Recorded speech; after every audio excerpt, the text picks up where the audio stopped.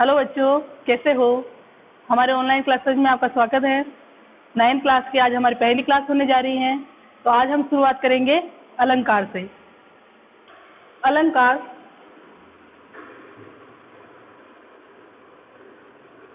अलंकार दो शब्दों से मिलकर बना है। अलम प्लस कार। अलम के दो अर्थ होते हैं, आभूषण और शोभा। कार मीन्स करने वाला।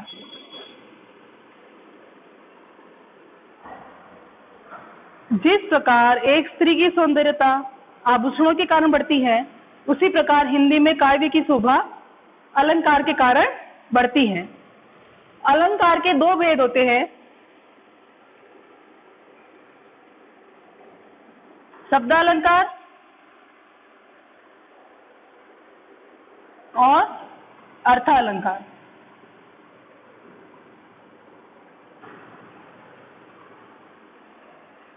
अब हम वापस देखते हैं इनको।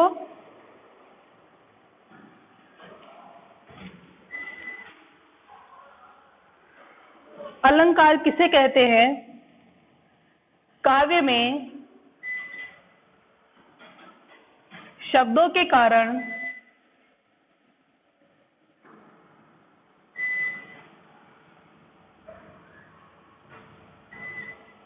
वाक्य में जो चमत्कार उत्पन्न होता है,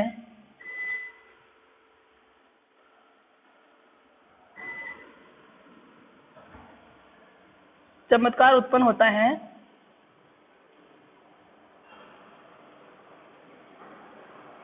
उसे अलंकार कहते हैं।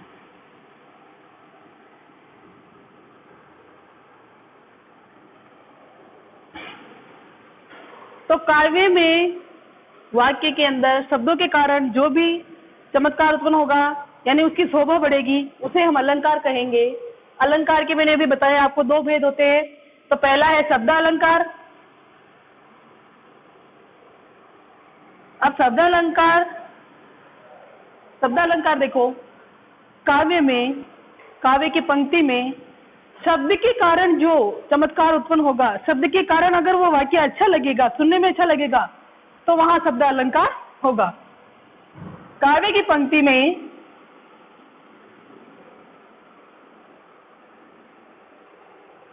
जहां शब्द के कारण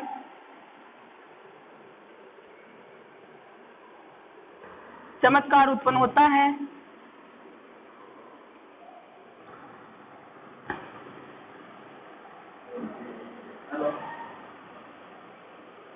वहां शब्दालंकार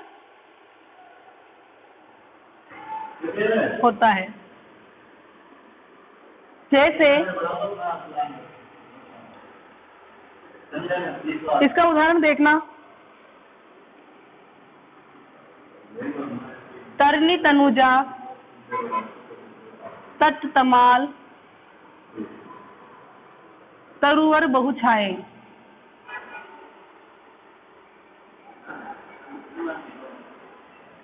तो अभी इस पंक्ति में आप देख सकते हैं कि तय वर्ण की बार बार आवृत्ति हो रही है, और इस तय वर्ण की आवृत्ति के कारण इस वाक्य में सुंदरता दिखाई दे रही है, सुनने में अच्छा लग रहा है।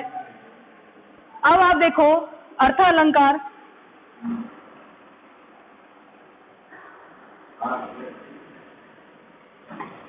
काव्य की पंक्ति में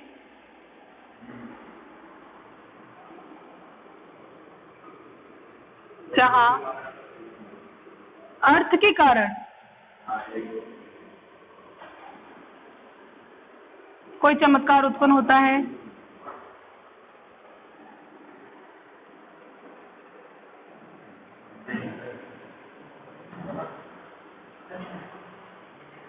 वहां अर्थालंकार होता है।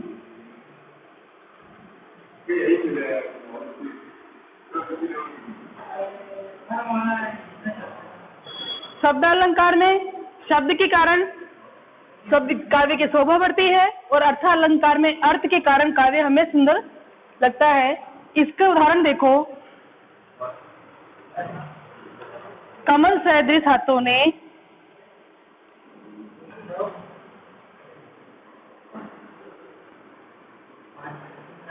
झुका दिया धनु वज्र सा कठोर।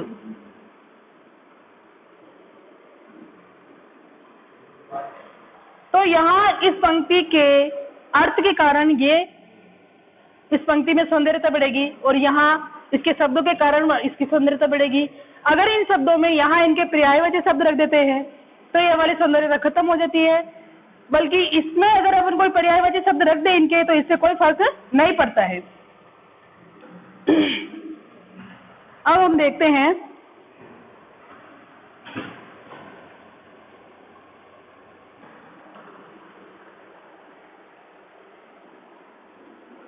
अलंकार के प्रकार।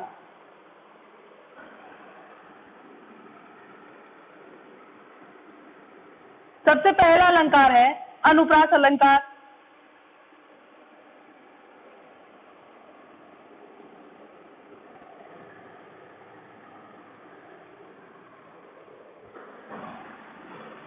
अनुप्रास अलंकार में क्या होता है? काव्य की पंक्ति में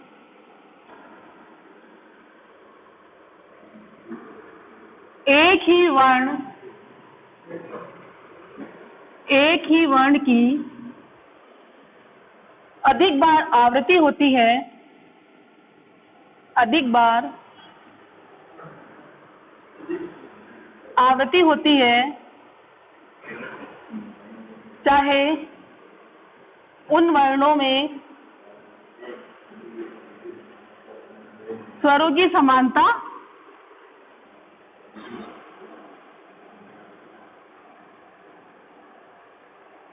न हो, वहां अनुप्रास अलंकार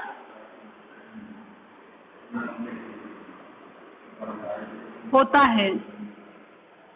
यानी पंक्ति में एक ही वर्ण बार बार उसकी आवृत्ति होगी, एक ही वर्ण बार बार आएगा, चाहे उनमें स्वर एक समान ना हो। इसका उदाहरण देखो, एक तो आपने भी शब्द अलंकार में देखा था, तरनी तनुजा तत्तमाल तरुवर वो छाए, उसमें तय वर्ण की बार बार आवृत्ति हो रही थी, तो वो अनुप्रास अलंकार का ही उदाहरण है। एक उदाहरण आप और देखिए, भगवान भक्तों की भयंकर भूरी भीति बगाइए।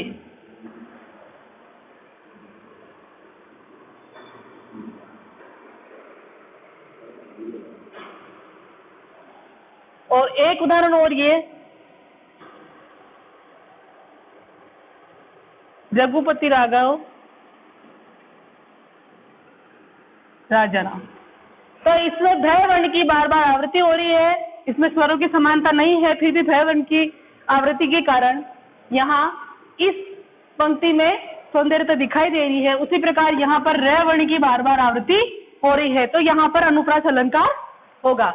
अनुप्रास अलंकार एक शब्द अलंकार है।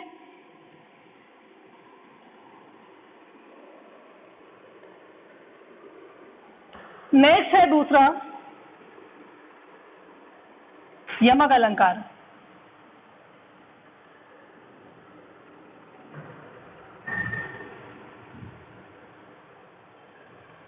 यमक अलंकार में इसमें शब्दों की आवृत्ति होती है,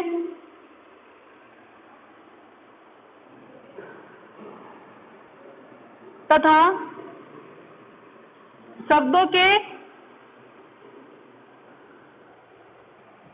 अर्थ भिन्न होते हैं।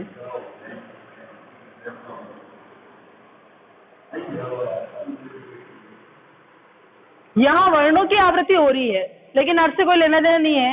यहाँ शब्द की आवृत्ति होगी, सेम शब्द 2 बार होंगे, 3 बार हो सकते हैं, लेकिन अर्थ उनके अलग अलग होंगे। जैसे उदाहरण देखिए,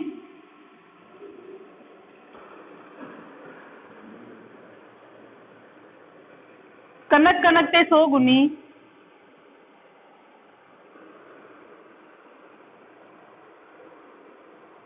मादकता अधिकाय।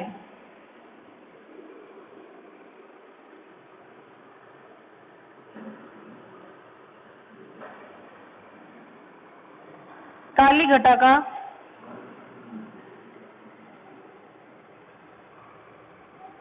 घमंड घटा। तो यहाँ पर कनक शब्द 2 बार आवृत हुआ है, लेकिन दोनों के अर्थ क्या है? भिन्न है। एक कनक का अर्थ होगा सोना और दूसरे कनक का अर्थ होगा ततुरा। उसी प्रकार इसमें एक घटा का तो होगा जो काली घटाएं होती है वो, और इस घटा का अर्थ होगा घटना। तो जहां एक ही शब्द की एक से अधिक बार आवृत्ति होती है लेकिन उनके अर्थ भिन्न भिन्न होते हैं, तो वहां पर यमक अलंकार होता है, और वर्णों की जो बार बार आवृत्ति होती है वहां पर अनुप्रास अलंकार होता है। आगे देखो, ये यमक अलंकार जो है ये भी क्या है? एक शब्द अलंकार है।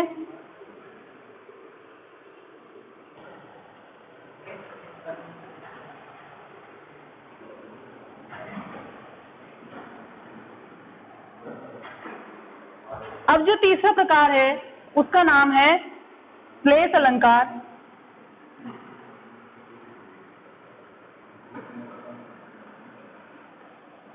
इसमें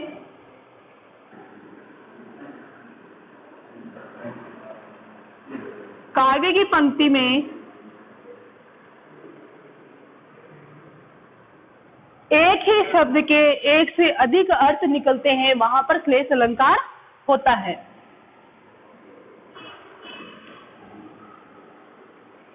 एक ही शब्द के एक से अधिक अर्थ निकलते हैं,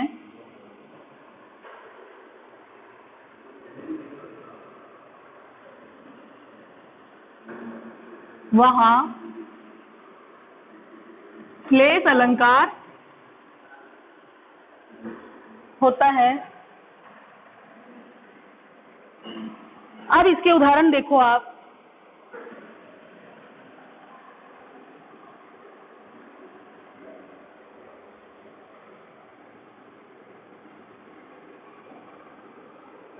मंगन को देखी पट देत बार बार। यहां पर जो ये शब्द है पट, इसके 2 अर्थ निकल रहे हैं। एक तो इसका अर्थ है वस्त्र और एक इसका अर्थ है दरवाजा। तो यहां पर देखो,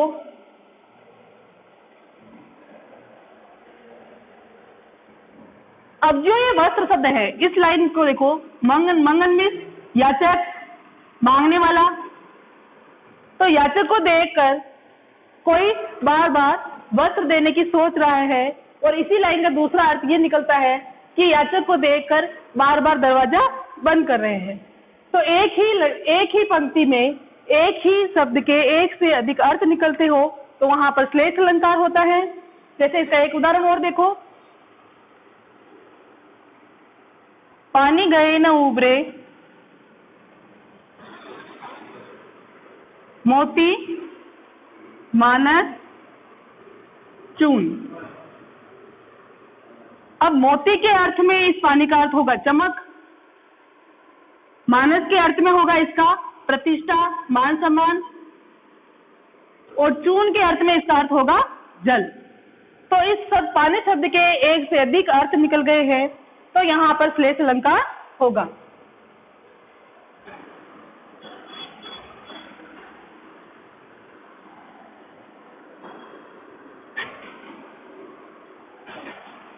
श्लेष अलंकार के बाद होगा आपके चौथा उपमा अलंकार।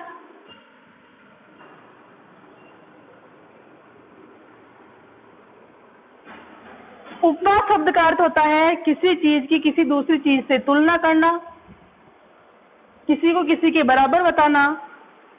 तो जहां किसी की तुलना किसी प्रसिद्ध वस्तु से की जाए,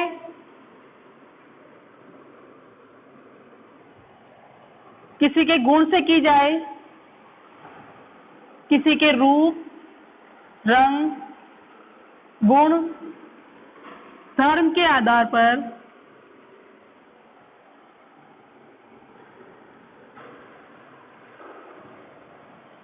की जाए तो वहां पर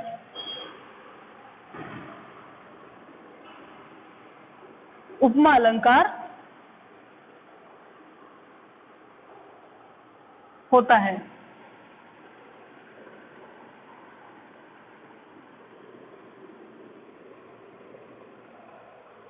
किसी की भी तुलना किसी के रंग रूप किसी प्रसिद्ध वस्तु से अगर की जाती है तो वहां पर कौन सा अलंकार होगा? उपमा अलंकार। इसका एक उदाहरण हमने पहले देख लिया था, कोमल कमल कोमल सैदृश हाथों ने झुका दिया धनु वज्र कठोर। इसका एक उदाहरण और है, हरी सा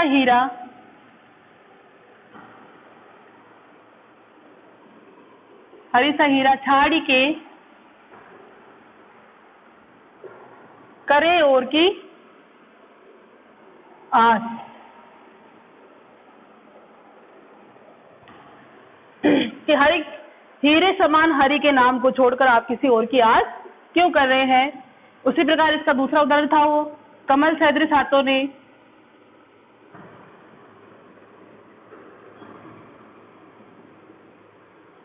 झुका दिया धनु वज्र सा कठोर। तो यहाँ पर हरि के नाम को हीरे के समान बताया है, कमल को हाथों को कमल के समान कोमल बताया है, धनुष को वज्र के समान कठोर बताया गया है। तो ये धनुष के ऊपर कठोरता की वज्र की उपमा की जा रही है, हाथों पर कमल की उपमा की जा रही है और हरि के नाम पर हीरे की उपमा की जा रही है। तो किसी को किसी के बराबर बताना, किसी की तुलना करना उपमा अलंकार के अंतर्गत आता है। उपमा अलंकार एक अर्थालंकार है।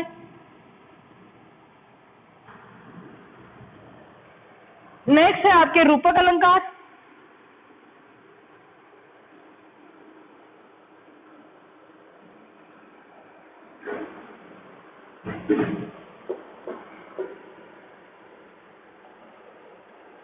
उपमेय तथा उपमान में अभेद स्थापित करके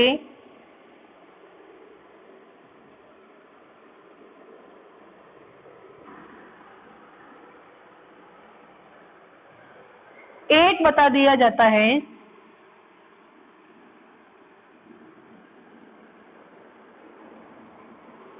वहां रूपक अलंकार होता है।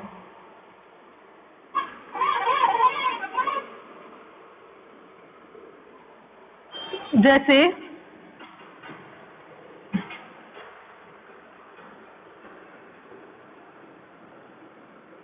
पायो जी मैंने राम रतन धन पायो।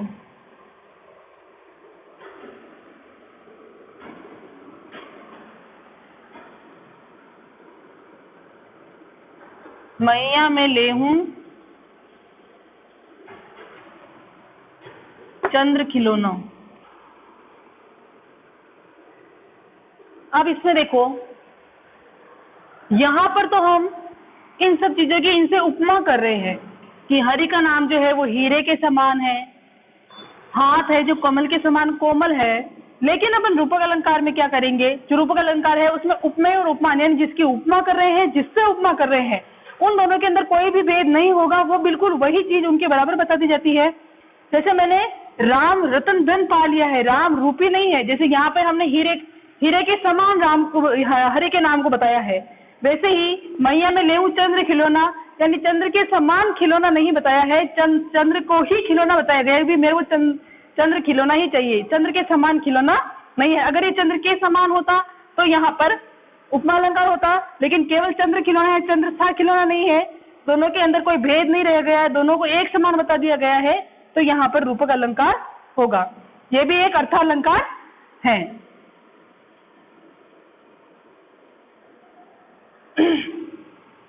आगे देखिए,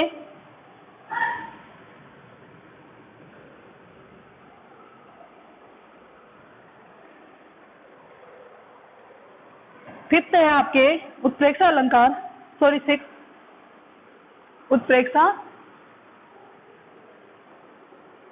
अलंकार।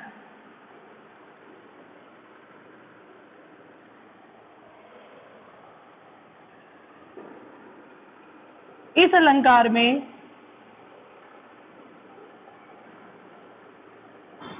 उपमेय तथा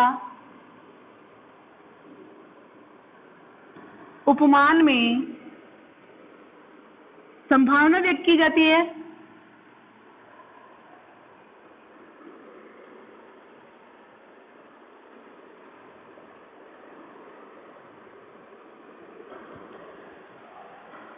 संभावना व्यक्त करने के लिए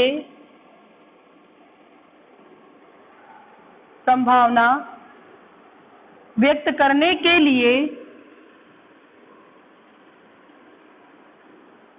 जनु, मनु, जानो, मानो, जनहु और मनहु, इन शब्दों का प्रयोग किया जाता है। तो इस अलंकार में उपमेय और उपमान के बीच में संभावना व्यक्त की जाती है और संभावना को व्यक्त करने के लिए जनु, मनु, जानो, मानो, जनहु, मनहु, इन शब्दों का प्रयोग पंक्तियों के बीच में किया जाता है। उदाहरण है इसके,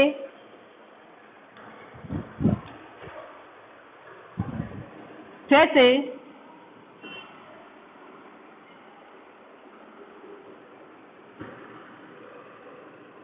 उस काल मारे क्रोध के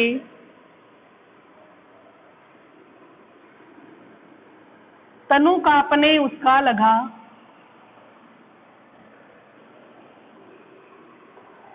तनु कांपने उसका लगा, हिम के कणों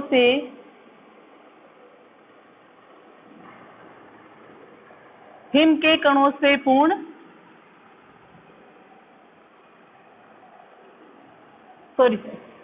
तनु कांपने उसका लगा, मानो हवा के वेग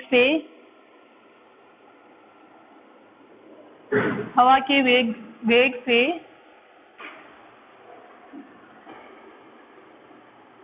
सोता सागर जाग उठा।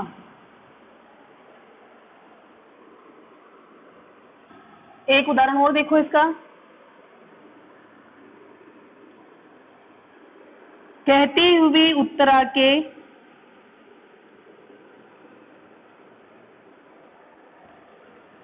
नेत्र जल से भर गए,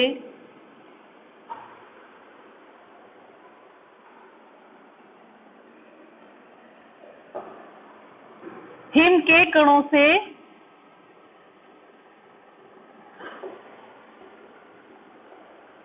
कणों से पूर्ण, मानो हो गए पंकज नए।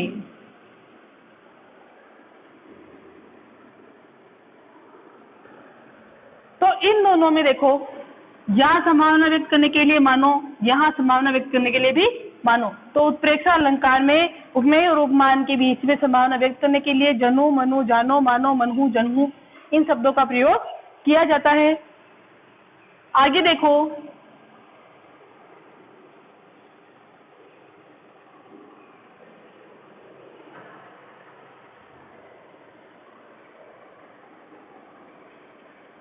सेवंथ है आपके मानवीकरण अलंकार।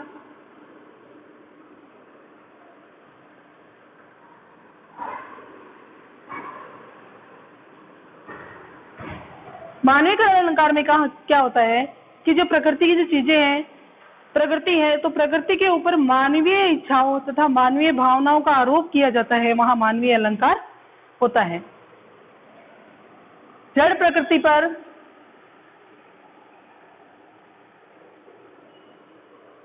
मानवीय क्रियाओं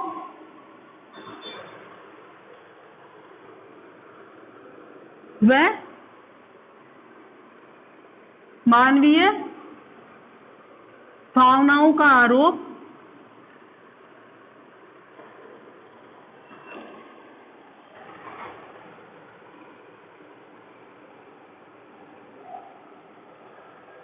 किया जाता है।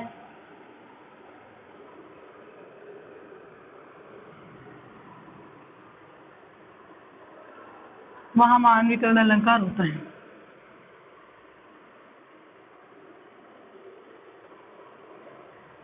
जैसे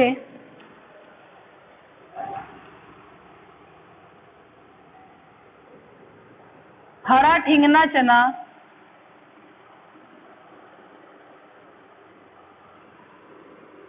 बांधे मुरेठा शीश पर।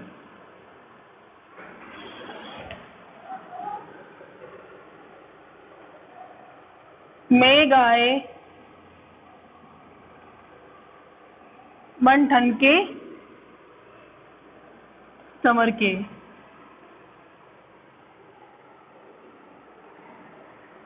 नाचती गाती बयार चली।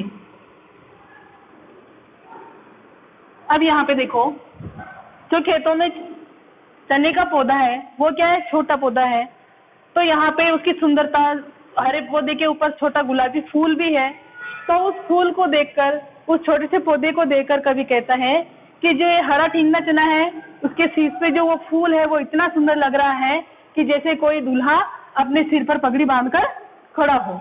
तो यहाँ प्रकृति की चीजों पर मानवीय क्रियाओं का आरोप हुआ है। मेघ आए बन ठन के संवर के, तो बादल इतने सुंदर लग रहे हैं जैसे कोई दूल्हा बन ठन के संवर कर आ गया हो। नाचती गाती बयार चली, बयार में हवा, तो हवा नाचती गाती चल रही है। तो इन सब प्राकृतिक चीजों पर मानवीय क्रियाओं का, मानवीय भावनाओं का आरोप हो रहा है, तो यहाँ पर मानवीकरण अलंकार होगा। अब लास्ट है आपके अतिशयोक्ति अलंकार।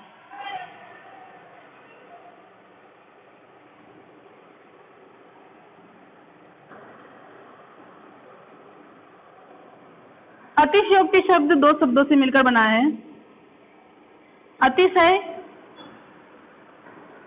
और उक्ति। अतिशय का अर्थ होता है बड़ा चढ़ाकर, उक्ति का अर्थ होता है कहना।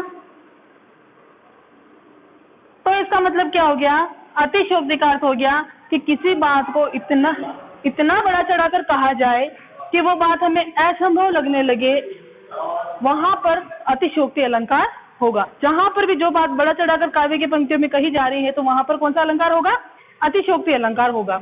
जैसे जहां किसी काव्य में बात को इतना बड़ा चढ़ाकर कहा जाए, इतना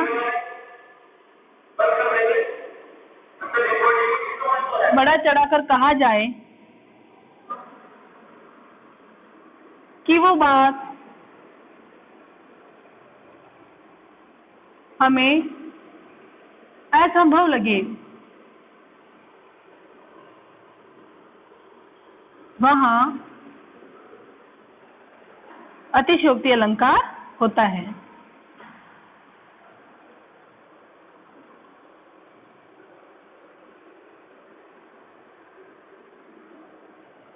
ठीक है, अब इसके उदाहरण देखिए आप।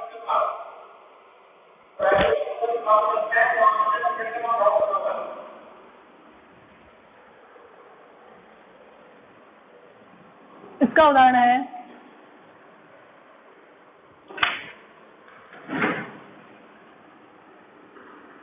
हनुमान की पूंछ में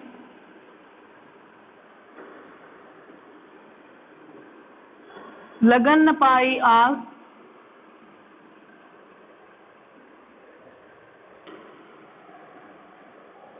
लंका सारी जल गई,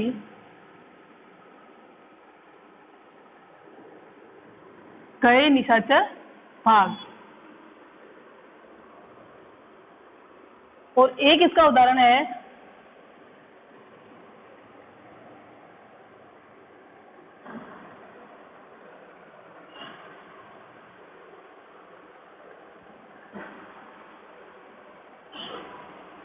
देखी सुदामा की दीन दशा, करुणा करके करुणानिधि रोए,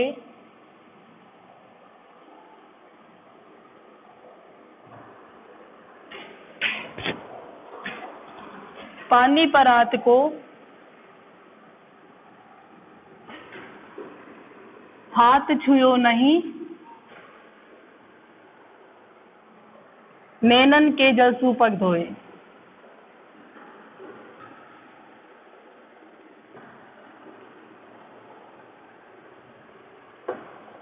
अब देखो यहाँ पर हनुमान की पूंछ में लगन न पाए आग, यानी हनुमान की पूंछ में आग ही नहीं लगी, उससे पहले सारी लंका भी जल गई और सारे निशाचर भी भाग गए। तो ये बात यहाँ पर बहुत ही बड़ा चढ़ाकर बताई गई है। तो इस पंक्तियों में अतिशयोक्ति अलंकार होगा। फिर ये वाला देखो, देखी सुदामा की दीन दशा, करुणा करके करुणानिधि रोए, यानी सुदामा की दीन दशा को देखकर, उसकी गरीब अवस्था को देखकर प्रभु रोने लग गए और वो रोने लगे और पानी की परात को उन्होंने हाथ भी नहीं लगाया और उनकी आंखों के पानी से ही उनके पैरों को धो लिया। तो यहाँ पर भी इस बात का बहुत बड़ा चढ़ाकर वर्णन किया गया है, इसलिए यहाँ पर भी अतिशयोक्ति अलंकार होगा। आपके अलंकार समाप्त हो चुके हैं, एक बार आप वापस देख लो इनको। सबसे पहले अनुप्रास अलंकार, यमक, श्लेष,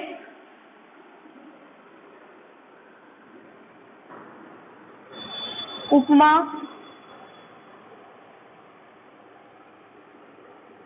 रूपक, उत्प्रेक्षा, मानवीकरण,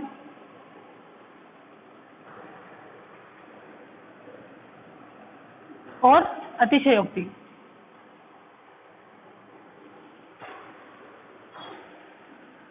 हाँ, तो अनुप्रास अलंकार में एक ही वर्ण की बार बार आवृत्ति होगी, वर्ण और स्वरों की समानता नहीं होगी, वहां अनुप्रास अलंकार होगा।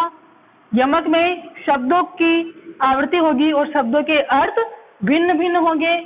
श्लेष अलंकार में एक ही शब्द के एक से अधिक अर्थ निकलेंगे, वहां पे श्लेष अलंकार होगा। उपमा अलंकार में किसी भी वर्णित वस्तु से किसी वस्तु की तुलना की जाएगी, किसी के बराबर बताया जाएगा, वहां उपमा अलंकार होगा। रूपक में उपमेय और उपमान दोनों में भेद समाप्त कर दिया जाएगा, कोई भी भेद नहीं रह जाएगा, वहां पर रूपक अलंकार होगा।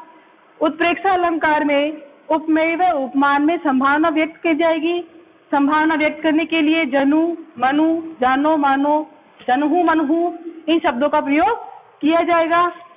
मानवीकरण अलंकार में जड़ प्रकृति के ऊपर मानवीय क्रियाओं का तथा मानवीय भावनाओं का आरोप किया जाएगा, वहां मानवीकरण अलंकार होगा। और अतिशयोक्ति अलंकार में किसी भी चीज को इतना बड़ा चढ़ाकर कहा जाए कि वो हमें असंभव प्रतीत होने लगे, तो वहां पर अतिशयोक्ति अलंकार होगा। आपके अलंकार समाप्त हुए। Thank you.